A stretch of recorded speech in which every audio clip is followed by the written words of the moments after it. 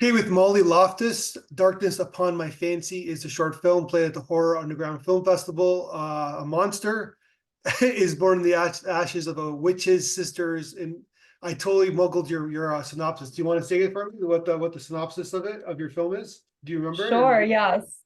Yeah, absolutely. So, essentially, a monster is born out of the ashes of a witch's sister, and goes on a quest for meaning, and a bunch of sinister things follow as a result of it. I wanted to say your synopsis, even though I thank you very much for doing that, because I wanted to set up what this film was about because it seems so crazy and wild and amazing, and the execution is fantastic. I'm curious where this idea came from for you, because you wrote the screenplay as well, right?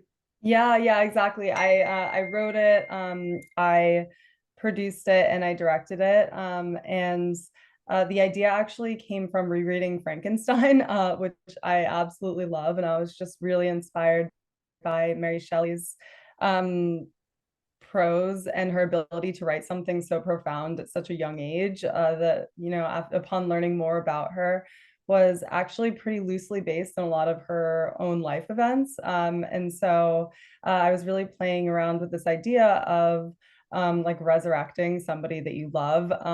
And also, I was becoming really into Gothic horror at the time. So I thought, why not kind of go in this Frankenstein direction, play with themes of loss, loneliness, and love, and make it feminine. And so, from every aspect of the film, from the characters to the cast and crew, every single person who worked on the film was female or non-binary identifying. And so, I think that actually really helped contribute to the themes that we were speaking to. That's fantastic. And so, is this just a short film? Was there some bigger ideas? Like, what was the original concept? Um, the original concept for me is really, it was a short film. I really wanted to get, my first one that I directed under my belt. I've produced and written other shorts before, but this was the first time that I decided to take the whole thing on myself. And it was a great challenge. And definitely upon completing it, I felt like this could be something bigger, perhaps. And I just really fell in love with the characters. And so maybe one day I'll make it into a full feature. Yeah, there were a series as well, right? Like there's something there. So for That sure. would be awesome. So this is your first film that you directed, Yes. and so you never directed like this is your first film. So basically, but you said you know how to produce a film, so you kind of had the kind of idea how to put it all together. But it's a different experience, one would assume.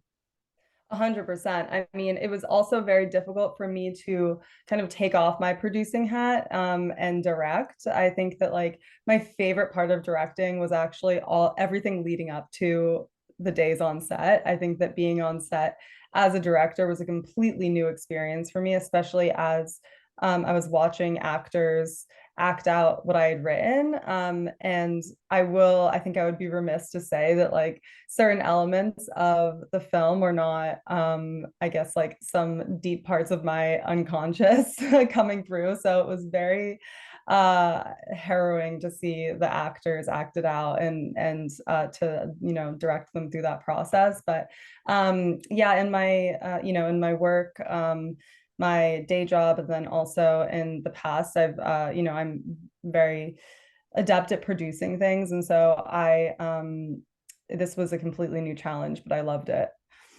So you're going to do it again? I would love to. Yeah, I'm hoping to have something in a festival every year. And I've been taking some cinematography classes and actually getting a camera very soon. So I'm just constantly trying to learn more to, improve my ability to direct people on set because I loved it so much, and also hopefully jump in there and maybe DP one of my films in the future. So. Well, I want to talk to you about your shot selection and your design because it's almost like I don't know if this is conscious, unconscious, or deliberate, but it's like we're peeking in. I know it's kind of a cliche thing to say, but we're like peeking in on these people. Like it's almost even the way it's framed. You know what I mean? It's kind of, it's like, or it's almost like we're going through a window. I don't know if that makes sense to you, but it's like, Mm. like even the lighting a little bit in the outside scenes. Was that conscious on you, on your guys? Yeah, that's a really great insight. So our goal was to make it feel really voyeuristic in this way, like they're always kind of being watched by Yeah. something because there is this darker force that is looming in their family history, in this monster that they've created, and also just like the lore that this mother believes, that they'll be punished for resurrecting the sister. And so there is a darker force that's always at play here. And so that's what we were really hoping to achieve. And I'm glad that you picked up on with that kind of like voyeuristic shot that we had. Only the second viewing, because the first view I'm watching your film now, then the second time I'm analyzing it, and I'm like, oh, this is, yeah, that's really cool. So tell me about your cinematographer. Obviously, for independent film, very important person, Yeah. cog in the wheel to make a film. Did you guys storyboard things? Like, how did you set up your shot list? Yeah. So I I storyboarded everything, and I met with my DP. Her name is Ricky Porter. She's incredible, and she really is. She's DP'd a lot of short films and has done a great job of like working with first time directors. And so after I created the shot list and the storyboards, I met with her and we went through shot by shot, and we kind of talked about ways to improve, what would be possible, and just kind of bounced ideas off of each other. And when we were on set, it was a very collaborative process as well, which I really loved, because of course things change. There was a moment actually in the last scene that we shot, where we were actually in an ungrounded cabin in the woods during the murder scene, and there was a storm going on that was pretty intense. And so our gaffer was standing outside with a metal pole, and we were realizing that it was becoming increasingly dangerous to complete the scene. So that was a very high stress situation that she navigated very well, and just provided us with a lot of ideas in the moment of how to create coverage for that. So I'm really grateful to how quickly she was able to adapt and also create great shots throughout the film. Yeah, and so and tell me about your cast. Like, they're all fantastic. Yeah, they're great. I actually, so they're all finds from backstage. So we had a casting process, and when we met all of them, we felt just immediately like we knew who we were going to go with. And so I'll start with Mother. So she was incredible because she really understood the character probably better than I had just upon reading the script. And she was like, I feel like this is a mother who's trying the best that she can, but she's really missing the mark. But we feel really empathetic toward her. And she had done a lot of roles like that in the past. And so I think that she actually really helped to form that character, which was really awesome. And the monster is a huge fan of Frankenstein. She actually tutors English and teaches Frankenstein often. And so she added that, the real tragedy of Frankenstein is that the monster is not actually the monster, it's the doctor. Mhm. And so she really understood that on a deeper level, which I think really applied to the monster in my film. And then the witch was just incredible and an amazing actor to work with. And she's since just been in so many different things. So I'm really happy that her career is kind of starting to take off now. Yeah, 100. Yeah, it's so good. Yeah, they're all great. And but then you also have like the makeup and like you have some pretty interesting scenes that are not easy to do. So tell me about the process working with your makeup team. I'm assuming Yeah. it's a team or a person. So we had one makeup artist, and I had worked with her before on a short film which involved uh, fake poison effect, and a bullet wound. And so I had seen how she had created some beautiful practical makeup for that film. And so I knew that she'd be perfect for this. And she and I had been talking. She's probably one of the first people that I started speaking with just to really get an understanding of what was possible and if we would need, special effects for certain things, or if she could do it, most of it practically. And so she actually created like everything from scratch, from the nails that Fancy wore, to the wig and the scar on her face. And so she was really incredible and just totally worked overtime, to make sure that everything was matched perfectly for the monster. And on set, I would definitely say we were in a dimly lit cabin, in a pretty remote area, and so we had people setting up, holding up flashlights for her, as she completed the makeup, and then it was kind of a group effort to make sure that before the storm hit, that everybody was helping put on the fake nails and stuff like that. So yeah, she was really great at not only her own craft, but also instructing others on set to help her who were not necessarily in the makeup team. So tell me about the location. Fantastic location. So you said you were in a cabin. Yeah. How did you find it?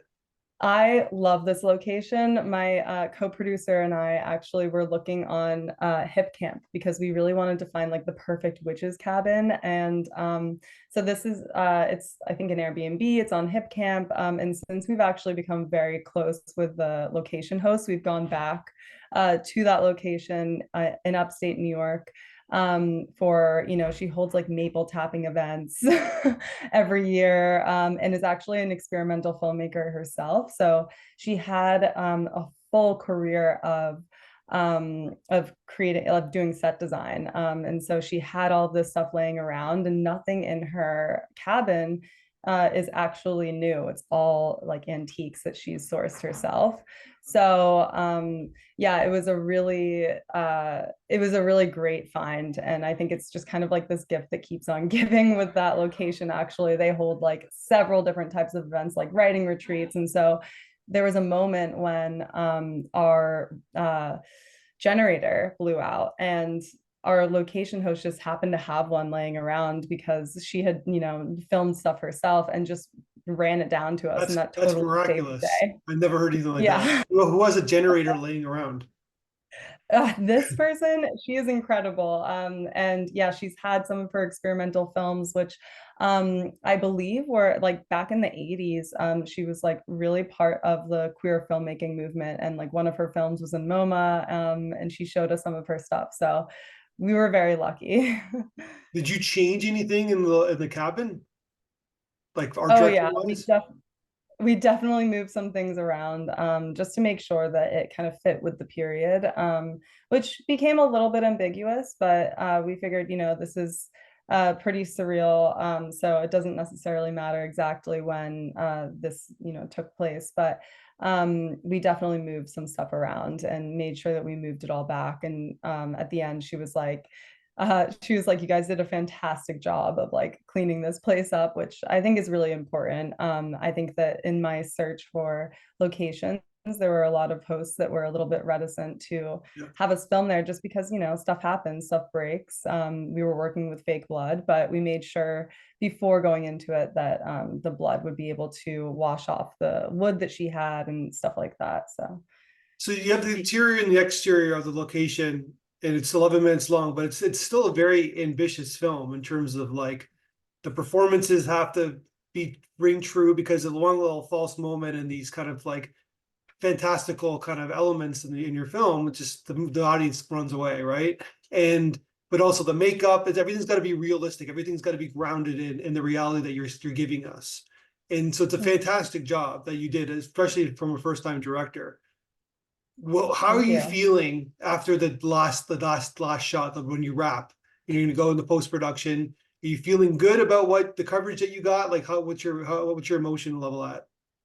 Oh my gosh. So I would say like as soon as we filmed our last shot, I was I had no idea what I was feeling. I was exhausted.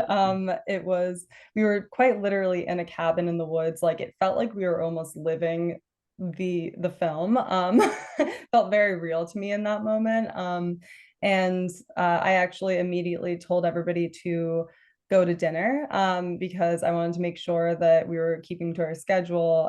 And after something, pretty intense, like filming a murder scene. I wanted to make sure everybody was taken care of. I will say that my PA stuck back with me and helped me scrub the fake blood off the floors, and clean up. And I was really grateful to her for that. But upon, like the days after, I was just like, I can't believe we finished. It's one of those things where you spend months leading up to it, feeling like every moment counts.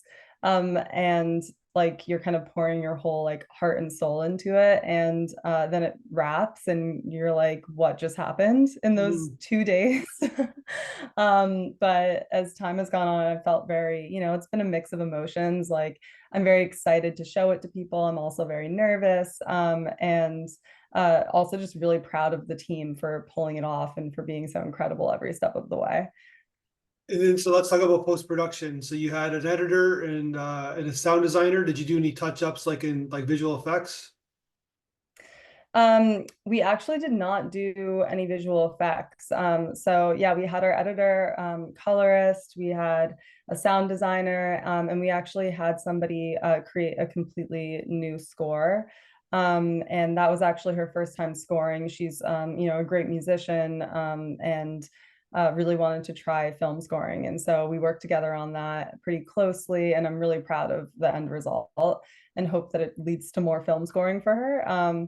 But yeah, I would say, pretty, since it is a smaller crew, it's a pretty stripped down editing post process, but I'm super proud of everybody who touched it. Yeah, you should be. It's a really nice post-production, like nice sound design, nice score. I'm sure she can get some work from this for sure. I hope so. So how you feeling? You got we showed at our festival. I'm assuming the other festivals as well. Are you feeling good about your film? I'm feeling great about it. Yeah, I mean, so your festival was the first one that I got into, and so that definitely was extremely exciting for me. I got the email and did like a happy dance around my apartment. um, and it definitely just created this like snowball effect of being like, okay, like this feels good. Like it feels like we're, going to be able to show this to more people, and then hopefully it leads to some other great things. And it's just great to remind yourself that you should celebrate each and every victory that you have. And so yeah, right now, the next one that we're going to is the Big Apple Festival Oh, in New nice. York.